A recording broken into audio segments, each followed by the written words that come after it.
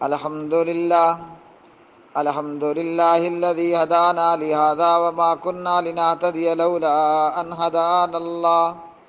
والصلاة والسلام على عباده الذين اصطفى خصوصا على خاتم الأنبياء أما بعد. ٹھہریے، آگے بڑھنے سے پہلے چینل سبسکرائب کریں، بیل آئیکن دبائیں، ویڈیو کو شیئر کریں اور لائک کریں۔ جاء رجل إلى عمر بن الخطاب فقال يا أمير المؤمنين إني غبت عن امرأتي سنتين فجئت وهي هبلى فشاور عمر رضي الله عنه ناسا في رجمها فقال معاذ بن جبل رضي الله عنه يا أمير المؤمنين إن كان لك عليها سبيل فليس لك على ما في بطنها سبيل فاتركها حتى تضع فتركها فولدت غلاما قد خرجت ثناياه۔ میرے پیارے بھائیوں اور بہنوں، غفران بھائی فرام ریاض سعودی عربیہ، آپ نے یہ ویڈیو بھیجی ہے جناب حضرت علامہ ابن علامہ قائد ملت جناب علامہ ہشام الہی ظہیر صاحب حافظہ اللہ کی۔ اس ویڈیو کے اندر علامہ ہشام الہی ظہیر صاحب نے ابو سفیان کی یہ روایت پڑھ کر کے سنائی اور بتائی اور سمجھائی، اور یہ روایت السنن الکبریٰ للبیہقی میں ہے۔ سب سے پہلی بات تو یہ کہ یہ جو روایت آپ کے سامنے پڑھی گئی، جاء رجل الی عمر بن الخطاب،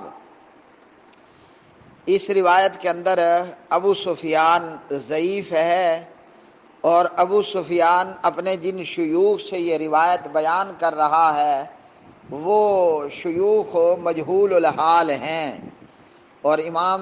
ابن حزم رحمہ اللہ فرماتے ہیں کہ یہ اثر باطل ہے، تو یہ روایت سندن ثابت نہیں ہے۔ علامہ ہشام الہی ظہیر صاحب حافظہ اللہ،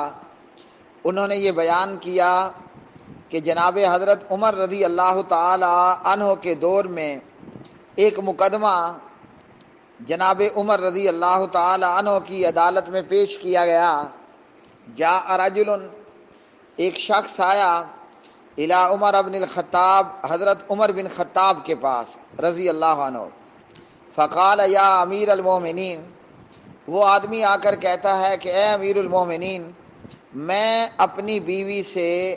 2 سال پورے غائب رہا، دور رہا، کہیں سفر پر گیا تھا، اور میں اپنی بیوی سے 2 سال جو ہے وہ دور رہا۔ فجئت وہی حبلی، جب 2 سال بعد میں اپنے گھر آیا تو کیا دیکھتا ہوں کہ میری بیوی حاملہ ہے، پریگننٹ ہے۔ اس شخص کا یہ مدعا تھا کہ میری غیر موجودگی کے اندر میری بیوی نے زنا کا ارتکاب کیا ہے، اب آپ اس کے متعلق کیا فیصلہ کرتے ہیں؟ اس شخص کو یہ لگا کہ میں تو 2 سال گھر نہیں آیا، اب جب 2 سال بعد آیا تو میری بیوی پیٹ سے ہے، حمل سے ہے، اور حمل کی جو عرفاً اور معروفاً مدت ہے وہ 9 مہینے ہے، تو مجھے تو اپنے گھر سے گئے ہوئے پورے 2 سال ہو گئے، 2 سال بعد میں آیا ہوں اور دیکھتا ہوں کہ بیوی جو ہے وہ حاملہ ہے، وہ پریگننٹ ہے۔ جب امیر المومنین نے اس شخص کی یہ بات سنی تو جناب عمر بھی حیران ہوئے ہوں گے۔ فشاور عمر، جناب حضرت عمر نے اپنے پاس موجود لوگوں سے مشورہ کیا، حضرت عمر کی مجلس میں اور دربار میں جو صحابہ اور اہل علم موجود تھے، حضرت عمر نے ان کے ساتھ مشورہ کیا کہ اب اس مقدمے کے اندر کیا کرنا چاہیے۔ فیصلہ یہ طے ہوا کہ اس عورت کو سنسار کر دیا جائے، اس عورت کو سنسار کر دیا جائے، شادی شدہ عورت ہے، خامن 2 سال دور رہا اور یہ پیچھے پیٹ لے کر بیٹھی ہے، پریگننٹ ہو کر بیٹھی ہے، ہو نہ ہو اس نے زنا کا ارتکاب کیا، اور شادی شدہ زانیہ کا جو ہے وہ معاملہ اور سزا یہ ہے کہ اس کو رجم کر دیا جائے۔ حضرت عمر رضی اللہ تعالی عنہ کی عدالت میں اور دربار میں حضرت معاذ بن جبل رضی اللہ تعالی عنہ بھی موجود تھے۔ اب عمر کا مرتبہ اور مقام بہت بڑا ہے، عمر کا مرتبہ اور مقام بہت بڑا ہے۔ معاذ بھی ایک عظیم الشان صحابی تھے، ان کا بھی ایک اپنا رتبہ ہے، لیکن عمر وہ تھا جو بولا کرتا تو اللہ عمر کے بول قرآن بنا کر کے نازل کر دیتا۔ عمر کا بہت بڑا مقام ہے اور بہت بڑا درجہ ہے۔ تو عمر کی عدالت میں فیصلہ یہ ہوا کہ اس عورت کو رجم کر دینا چاہیے، اس عورت کو سنسار کر دینا چاہیے۔ تو جناب معاذ نے کہا کہ عمر، آپ اس عورت کو تو سزا دے سکتے ہو، ہاں جی، کہ اس کو رجم کر دیا جائے۔ فَلَيْسَ لَكَ عَلَىٰ مَا فِي بَطْنِهَا سَبِيلٌ، جو اس عورت کے پیٹ میں بچہ ہے اس معصوم کا کیا گناہ ہے؟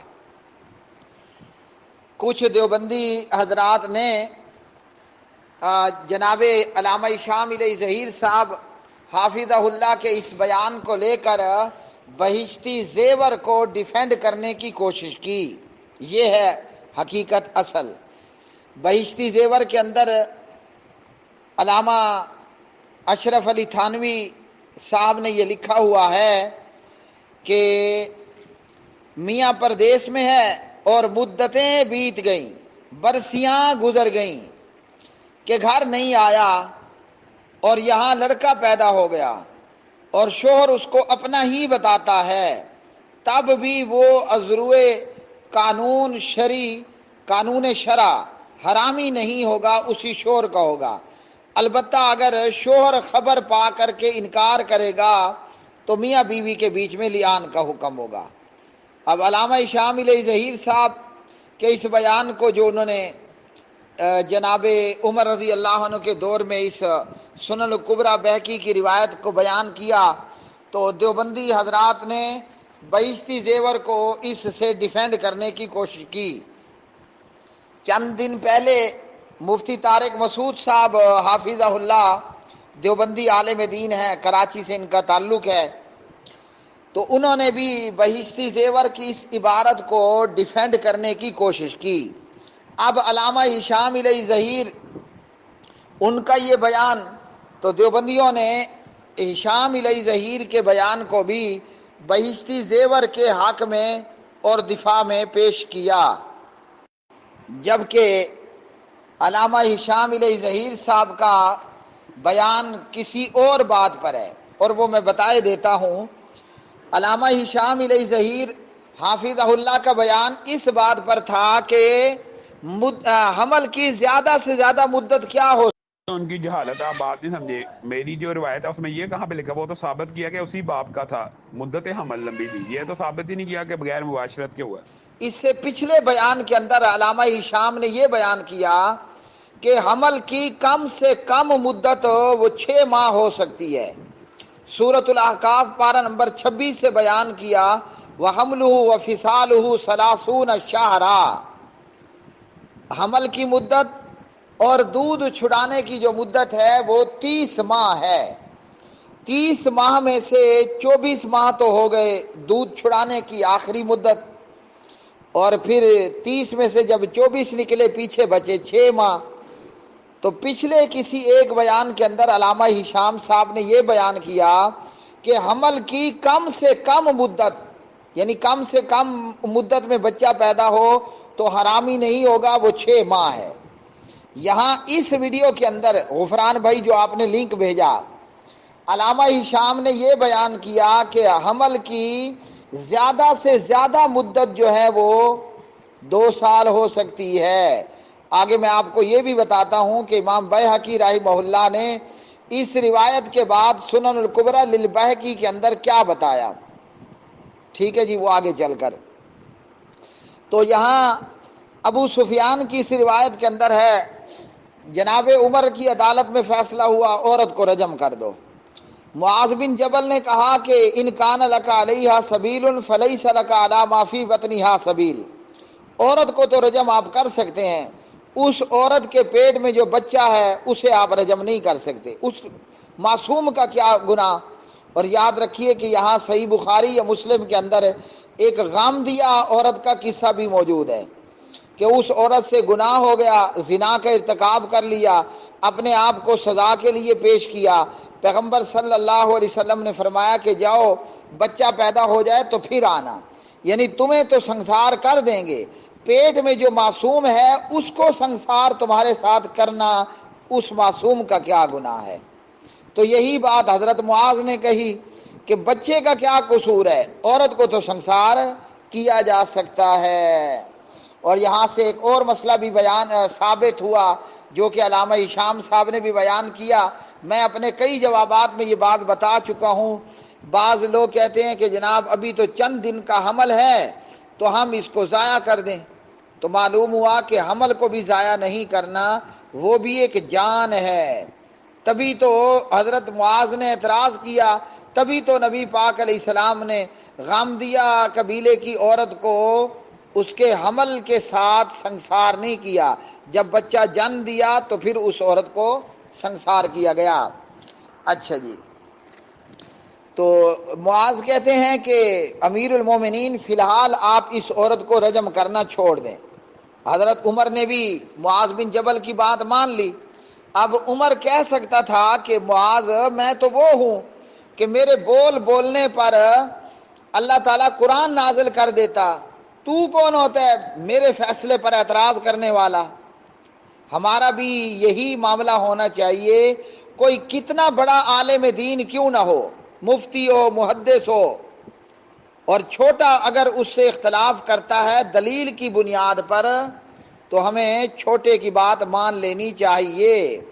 اور یہ مسائل کے اختلاف کو جنگ و جدال کی بجائے پیار محبت سے حل کرنا چاہیے۔ لو جی، حضرت عمر نے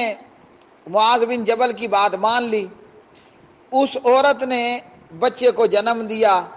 اور جب بچہ پیدا ہوا تو اس روایت میں ہے قد خرجت ثنایاہ، اس کے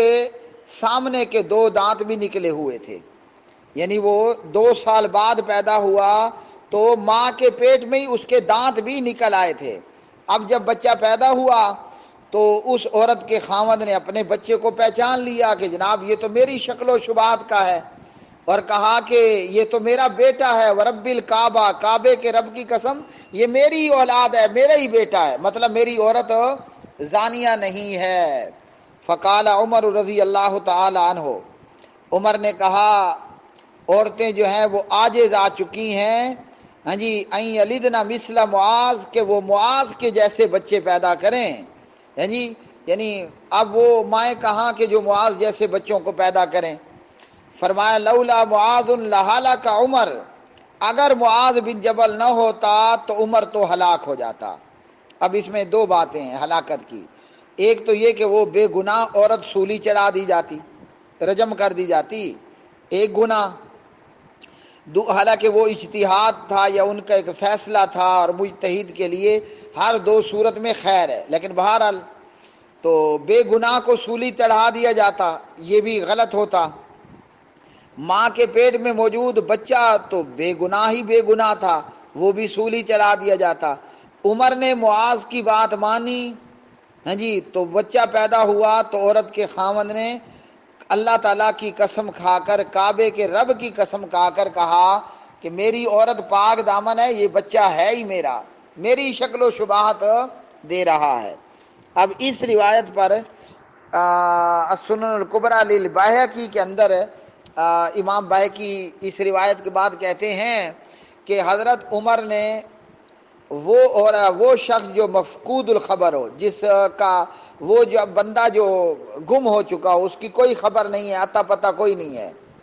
جس عورت کا خامد لاپتہ ہو جائے اس عورت کو عمر بن خطاب نے رضی اللہ عنہ 4 سال خامند کا انتظار کرنے کا کہا۔ اور امام بیہقی کہتے ہیں کہ شاید امام عمر بن خطاب کے نزدیک حمل کی مدت زیادہ سے زیادہ 4 سال بھی ہو سکتی ہے، ٹھیک ہے جی۔ اور امام مالک بن انس رحمہ اللہ اور دیگر ائمہ کا بھی یہ کہنا ہے بقول ہشام علیہ ظہیر بھائی کہ ان کے نزدیک بھی یہ ہے کہ زیادہ سے زیادہ حمل کی مدت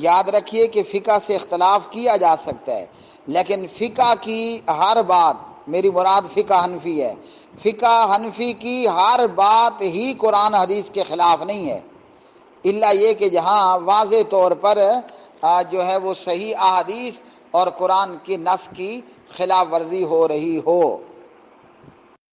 علامہ ہشام علیہ ظہیر بھائی کا کہنا ہے، میں نے اپنے بیان میں یہ نہیں کہا کہ میاں بیوی کی مباشرت کے بغیر بچہ پیدا ہوا، میاں بیوی کی مباشرت کے بغیر بچہ پیدا ہوا یہ نہیں کہا، بلکہ یہ کہا کہ مباشرت تو ہوئی، لیکن یہ کہ حمل کی مدت 2 سال تک کو نکل گئی۔ اب اس کے بعد فقہ حنفی یا بہشتی زیور یا علامہ اشرف علی تھانوی صاحب رحمۃ اللہ، تو وہ ہمارا حسن ظن بھی، خاص میرا اپنا حسن ظن بھی یہ ہے، اور جو اس میں جو روایات نظر آ رہی ہیں تو اغلب امکان بھی یہی ہے کہ فقہ کے پیش نظر بھی یہ روایات رہی ہوں گی۔ ہاں، اس میں مباشرت کا ذکر اشرف علی تھانوی صاحب یا فقہ نہیں کر پائی کہ میاں بیوی میں مباشرت تو ہوئی لیکن مدت حمل جو ہے وہ زیادہ ہو گئی۔ اللہ سبحانہ و تعالیٰ سے دعا ہے کہ رب کائنات ہمیں فرقہ واریت سے ہٹ کر مسائل کو دیکھنے سمجھنے کی توفیق عطا فرمائے اور علماء امت کی قدر کرنے کی توفیق عطا فرمائے۔ ان کی جہالت آپ بات نہیں وآخر سمجھے، دعوانا میری جو روایت ہے اس میں یہ کہاں پہ لکھا، وہ تو ثابت کیا کہ اسی باپ کا تھا، مدت حمل لمبی تھی، یہ تو ثابت ہی نہیں کیا کہ بغیر مباشرت کے ہوا۔